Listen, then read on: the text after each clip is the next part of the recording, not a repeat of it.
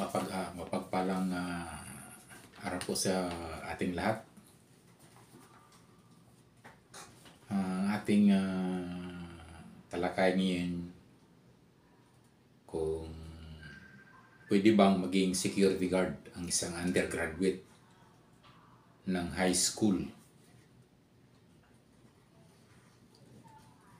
Pwede po. So ano pong gagawin ang isang undergraduate ng high school? So ito mga guys, ito'y based sa aking karanasan. Hindi nyo naman na itatanong ay medyo mahaba na rin ang aking karanasan sa bilang isang security guard.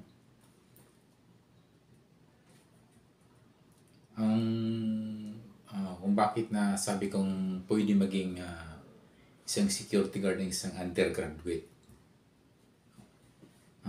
Hindi ninyo guys na itatanong nung unang kapanahonan, that is 1984. Natandaan ko guys yung weeds noon, yung NCR weeds noon is 35 pesos only. Pero napakahalaga na guys ang sahod noon dahil siyempre mura pa guys yung mga bilihin noon.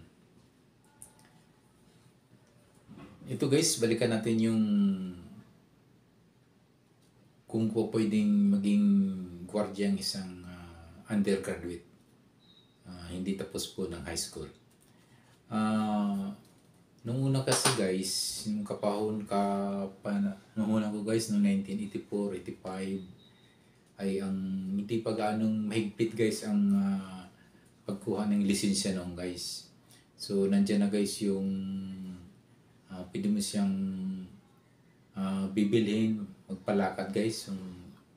Yung ibig ko sabihin, magpalakad ng lisensya. So, noong guys, kapag may lisensya ka guys, so automatic na guys, gwardiya ka na guys. Ang disadvantage lang guys,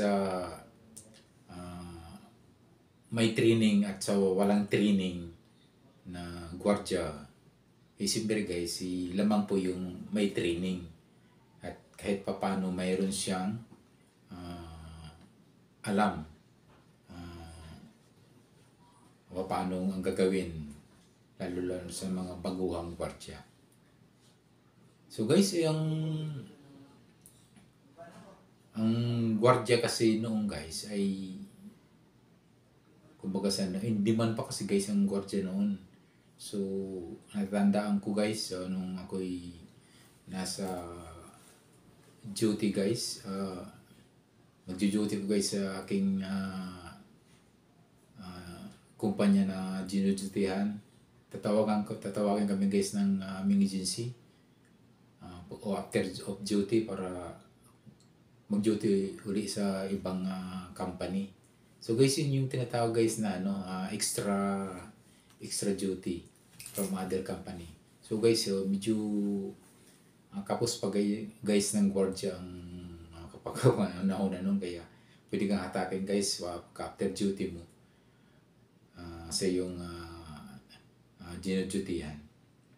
So guys, balik tayo dun sa yung gwardiya na undergraduate na pwedeng magiging security guard. Nung guys, nung panahon guys sa amin, may pwedeng bibilin mo lang kasi ang lisensya noon. So natandaan ko guys, yung lisensya namin na is hindi ID card, ano pa guys, papel pa siya. So hindi pa mahirap ang lisensya noong guys sa kapanahon namin na yun, since 1984, sa aking pagkakatanda. Ang aming lisensya noong guys ay papel pa lamang guys. So hindi siya plastic ang klaseng lisensya. So noong guys, kumbaga hindi pa needy, kailangan ng isang security guard na kailangan duman muna sa training. So doon guys, noon kasi pagkakatanda ko yung mga kasama kong gwardiya, ang ginagawa ng officer, yung OIC, yung tawag nga namin noon kung ilan lang kayo, halimbawa 6-10 ay head guard ang tawag noon sa ngayon ay tinatawag nila guys na security officer. So tinuturuan lang kami guys noon kung paano mag-logbook, paano mag-approach ng bisita, paano i-handle yung post mo. So, ganun lang guys kadali guys noon yung aming kapanahunan. So tama guys, yung kahit wala kang training, hindi ka tapos ng high school, pwede ka maging security guard. So guys, marami kasing nagtatanong sa comment section na kung pwedeng mag-security ang isang undergraduate. Kahit elementary lang guys. Sabi guys noon pag marunong ka lang guys sumulat, yan yung unang guys amin noon. Since 1985 guys yun. Ang aming lisensya noon guys ay yung papel pa lang, hindi plastic. Yung license pa namin. So, yung kung paanong mag-duty yung walang experience. So, yun nga guys, dahil bago ka, lalo-lalo na kung hindi ka dumaan sa training, mag-undergo ng training, talagang mangangapa ka. Pero hindi sagabal guys yung wala kang training na pwede kang magwardya. Dahil kapag ang tao kasi porsigido sa isang trabaho niya, ay inaalam niya yon. So, noon kasi guys kami nung kapanahon na namin 1984, since 1984 ay sabi ko nga guys, yung aming license nun ay papel pa, hindi plastic. So, tinuturuan lang kami guys ng head guard guys. So, dati kasi yung panahon guys, hindi pa so yung tinatawag na OIC, security officer. Doon kasi kapag naghahawak ka ng 5 to up 10 personnel na gwardiya ay magtatalaga guys yung ang agency ng head guard. So yun yung tinatawag namin noon na head guard. So hindi pa security officer, hindi pa OIC tawag noon. Mga taong 1984 o guys yan. So tinuturuan kami guys noon, may mga bago na kasi nga wala pang trainee, wala pang noon. Ang ginagawa na lang yung head guard kasi yung head guard noon, siyempre matagal na yun siya. Mga how many years na siyang naging gwardiya, kaya nga tinatawag siyang head guard kasi may experience siya.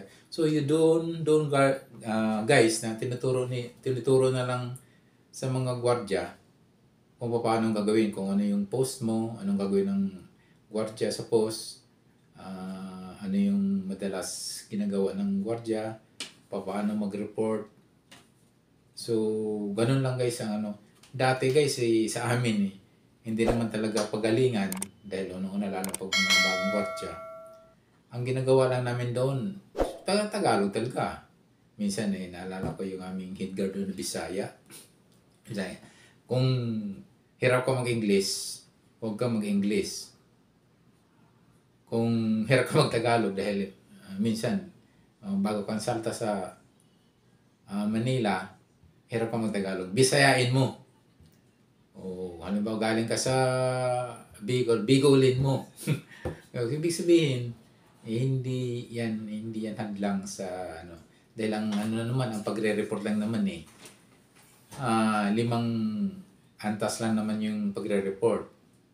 Yung tinatawag nila guys na 5 W's and 1 H's. Yun lang naman guys. Ano yung 5 W's and 1 H's? Yung when, where, when, Kailan, where, saan, how, paano, what, anong nangyari, who, sino yung mga involved na mga ano pa yung isa, how, paano. So yun lima na naman guys eh. Itakal mo lang yung limang di ayos na. Yung time, yung anong nangyari, halimbawa ay mayroong nasira, mayroong nakita nasira sa post mo. So yung incident report, simple lang, Tagalogin mo lang siya. O mayroon akong nakita may sira dito. Halimbawa sira yung atip. Yung atip sira, anong oras, ang banda, location, time, yung ganun. Kung paano siya nasira, halimbawa sa kalumaan, bagsak na. So ganun lang kasimple. Huwag kang, sabi nga nila, kung hirap ako paano yung pag-report dahil gusto English, hindi. Ang reporting naman mas maigi pang Bisaya o Tagalog, basta maliwanag po yung detalye, yung iyong sinasabi. Yun yung pinaka-importante.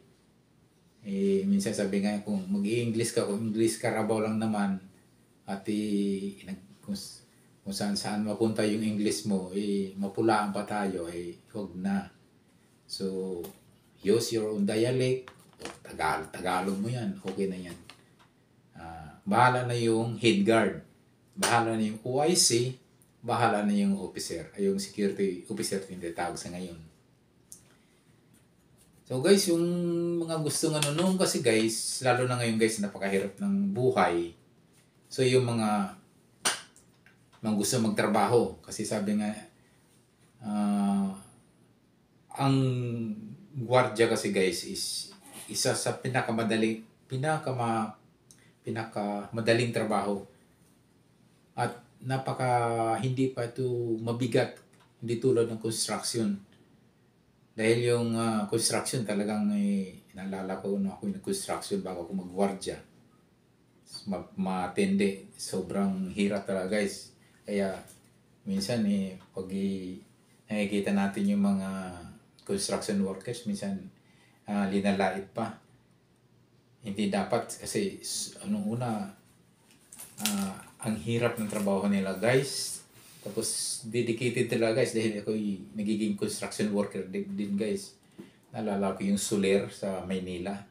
Isipin mo guys yung 16 by 16 hollow block, bitbitin mo yan ng dalhin mo din sa 34 floor, 30 floor, 40 floor, ganun ka. Tapos yung mga hinahalo, dadalhin mo dun sa mga ganung floor. So hindi ganun ka sabi nga, masarap gamitin yung pinaghirapan mo na pinagpawisan mo. So ang isa guys, yung kung bakit masarap ang gwardiya, kasi ang gwardiya guys, unang-una, hindi mabigat yung trabaho. Lalo na pag alam mo na yung trabaho mo.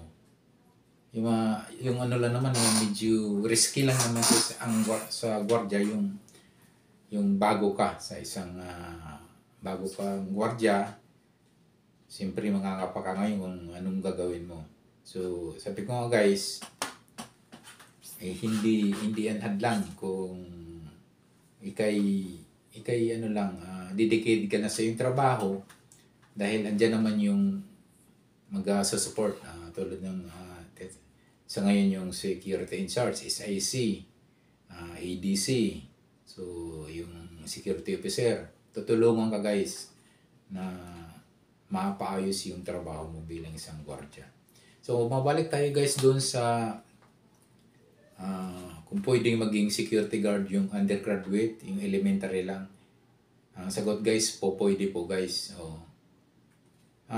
Mayroon guys sa kapanahonan ngayon guys. Mayroon pa rin tinatawag nila na non-appearance to get license. Sa ngayong panahon guys, mayroon pa din po guys. Ang advantage lamang guys sa isang gwardiya na may training ay siyempre may alam ka. May alam ka agad.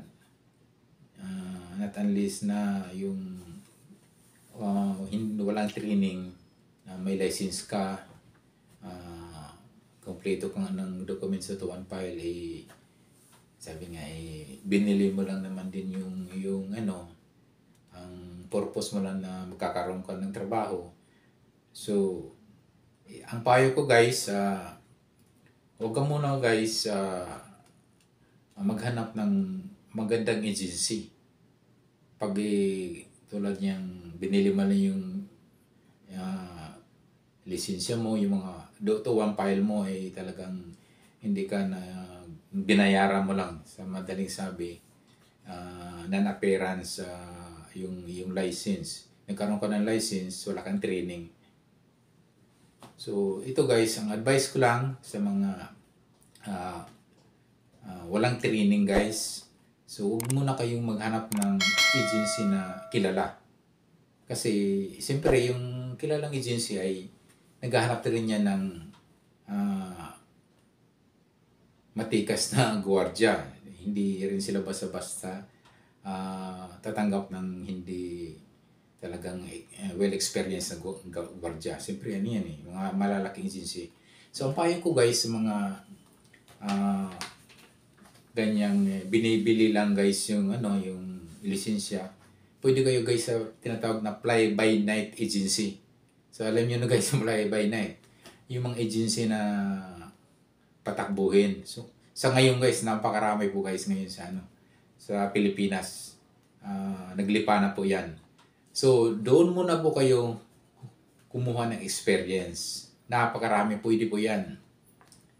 Ayan, makakita kayo sa dyaryo, wanted 20 guards, 15 guards, nakalagay without experience. Tinatanggap nila guys yung mga walang experience sa mga ganyang So, sabi ko nga, dyan muna po kayo guys mag-umpisa sa mga maliliit na agency.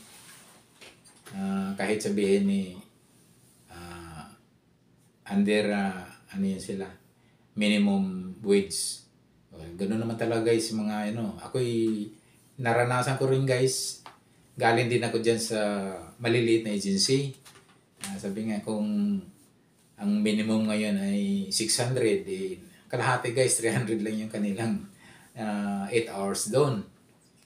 So ang habol mo lang naman guys ay magkaroon ka ng trabaho. Yung pinaka-the best. At siyempre, kung nagkaroon ko na guys ng experience, tumagal ka doon ng 3 years, 4 years, 5 years, yan guys, that time na pwede kang mag-apply na sa medyo mga bigating agency, makilalang agency sa Metro Manila.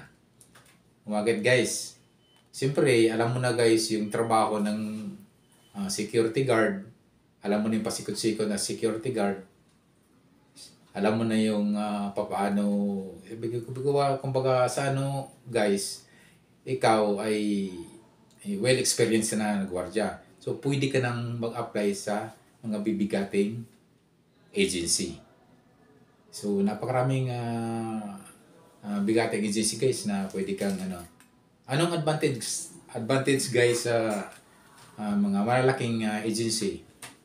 Guys, napakalaki. Unang-una guys, complete benefits ka dyan. SSS, Pag-ibig, ano pa yung mga benefits na na makukuha mo doon. Unang-una guys, ay minimum wage ang sahod mo doon. Kasi ang malalaking agency guys, hindi yan tatanggap ng kliyente na under minimum wage.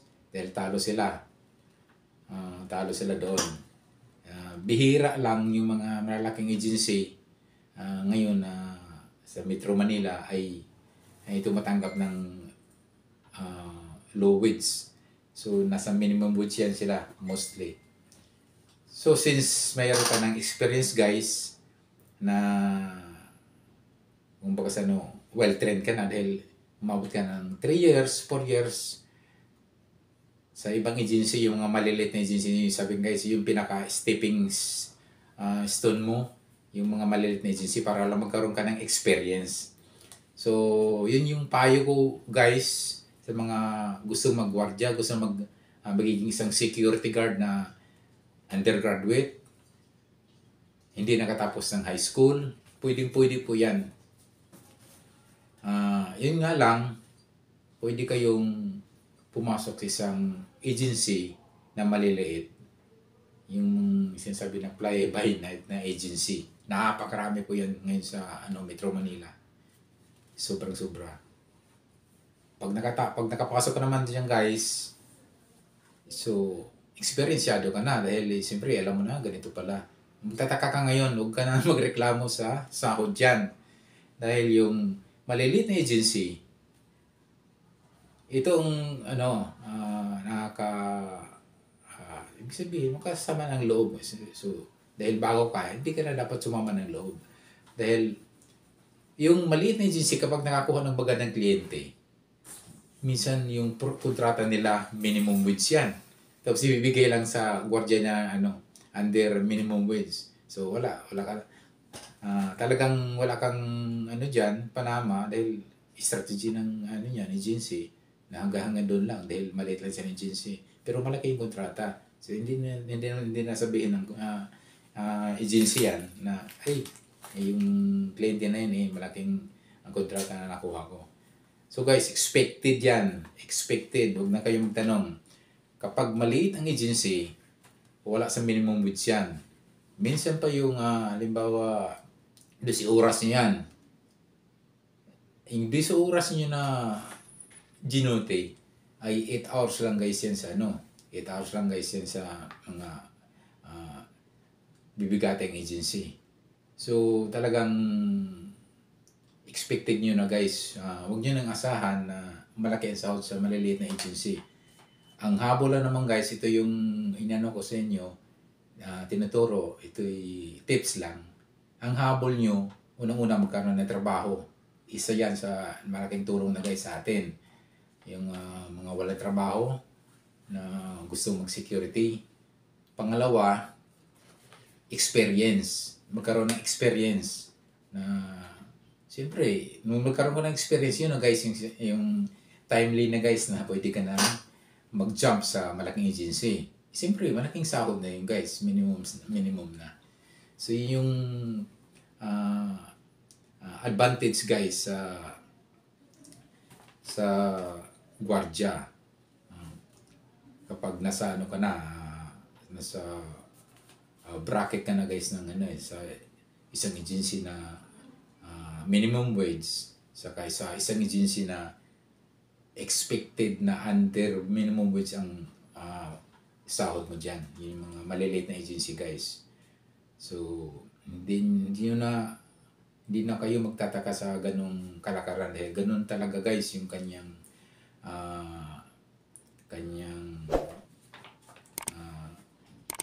madalas ginagawa ng maliliit na agency. So guys,